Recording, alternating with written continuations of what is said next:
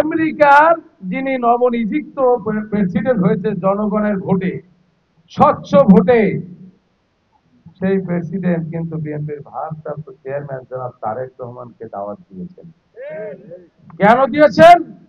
উনি বাংলাদেশে বহুদলীয় গণতন্ত্র যেটা হারিয়ে গিয়েছিল, শহীদ রাষ্ট্রপতি জিয়াউর রহমান যেটা সৃষ্টি করেছিল, যিনি নেতৃত্ব দিয়েছিলেন বহুদলীয় গণতন্ত্রের পক্ষে, স্বৈর শাসক শেখ হাসিনা সেই বহুদলীয় গণতন্ত্র স্তব্ধ করে দিয়েছিল।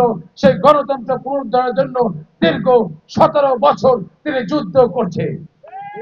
এজন্যই কিন্তু বলেছে এই জনগণই কিন্তু বাংলাদেশ নামক রাষ্ট্রের মালিক। সুতরাং আমাদের জনগণের কাছে যেতেই হবে। আপনারা কি সবাই একমত?